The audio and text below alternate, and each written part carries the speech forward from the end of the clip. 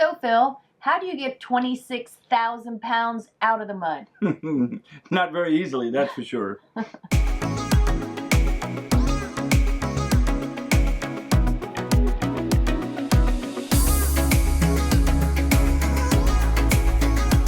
So, for the first time, the Farleys are stuck. This damn rain we've had really bogged us in to an all-grass, muddy site. Yeah. They kind of had a feeling that we might get stuck coming in, so they had me come in nose first into our back-end site. In the event that we did get stuck, like we just did, Yeah. that he could come and pull us, give us a tug from the back. So we're going to try some blocks first, and then try to move. I did come back about a foot, and then I sunk and then spun. So more to follow.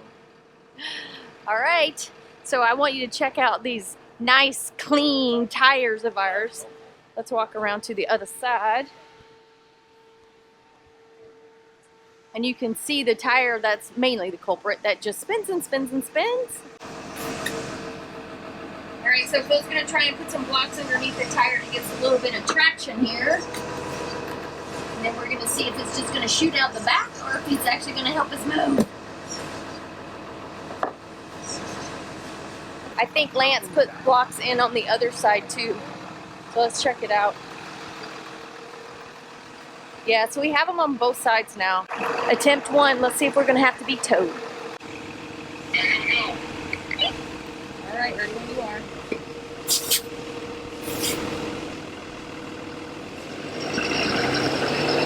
It's spinning, spinning, spinning. It didn't grab anything. All right, wait. Don't move, don't move. He's gonna go forward a little bit. Okay, you're clear. Nope, not moving, not moving.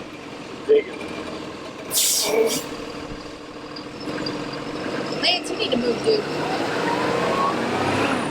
Nothing. Do you want to pull? He's asking if you want to pull.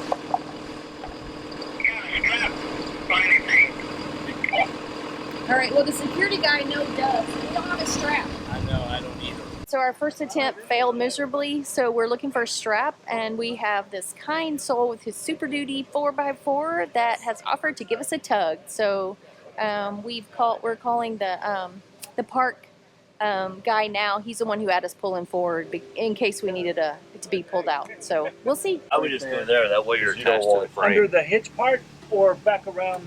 Up around the frame. I'd stay back The frame of the hitch. That way we're attached to the Talking frame. about where to hook up the strap to pull. And then bring it around. Yeah.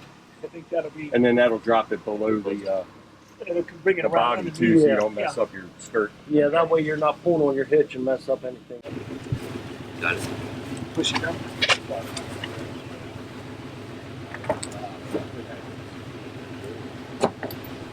That's probably gonna get caught on it.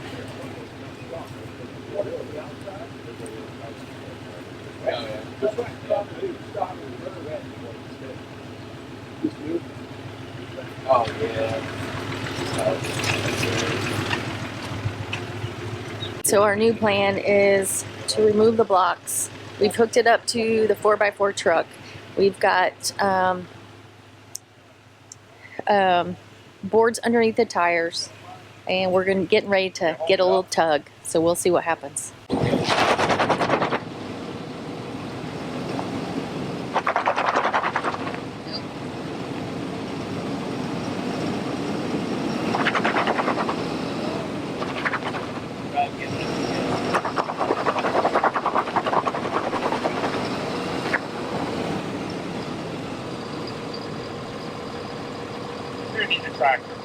The 4x4 F-150, sorry, F-250 has failed us. Moving to the tractor. All right, so we've switched to the tractor. Let's see how this does.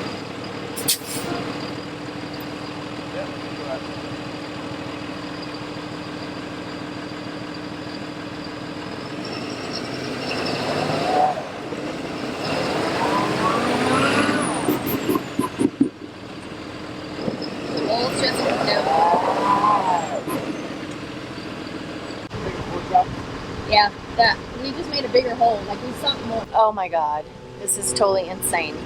Insane. So the tractor did nothing. All part of the journey. The truck did nothing. So that means I do not think his tractor's sexy at all. We're gonna see what we have to do next and how much it's gonna cost. All right, we raised. We're praying. Yeah. Just leave it. It's okay. I don't want anybody to get hurt. Get back. So what you're not able to see right now, because I had to put the camera down, is I jumped into the driver's seat. I know, shocking, but I got into the driver's seat. She didn't drive anything. Nobody was driving anything. And I lowered the jack so we could raise up the back tires. Yeah, we were so far down in the mud that the tires were just continually spinning. So we had the idea to lower the rear jacks and get them up, get the back tires up high enough that we could put blocks and wood and whatever else we could find underneath the tires to gain some traction. So once we did that, Phil was able to move forward a little bit, which enabled us to actually stuff things where the front tires were sitting, because he moved it forward enough to where it was actually out of the rut. Yeah, so when we came back, we were digging the back tires and we weren't really paying attention to the front tires, but we had moved some of the grass and it kind of was forming a chalk under the front tires.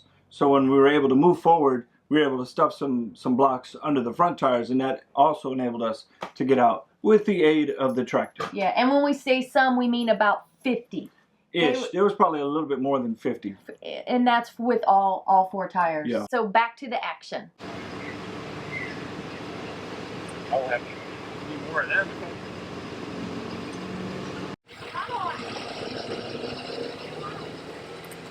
That'll work. Hold it. All right, I want to show you our current buildup under the tires so you can take a look.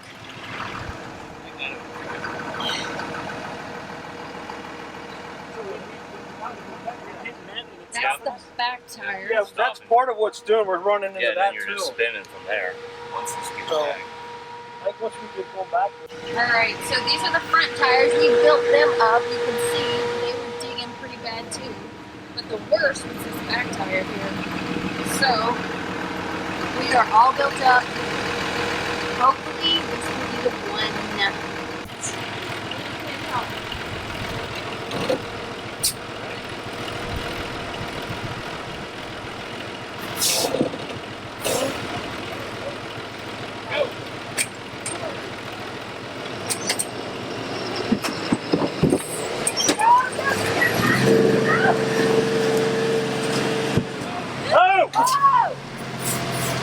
Back in.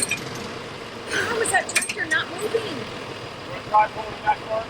All right, so here's our trenches.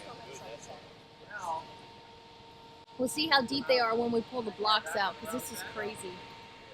All right, so we have proof again of a killer RV community.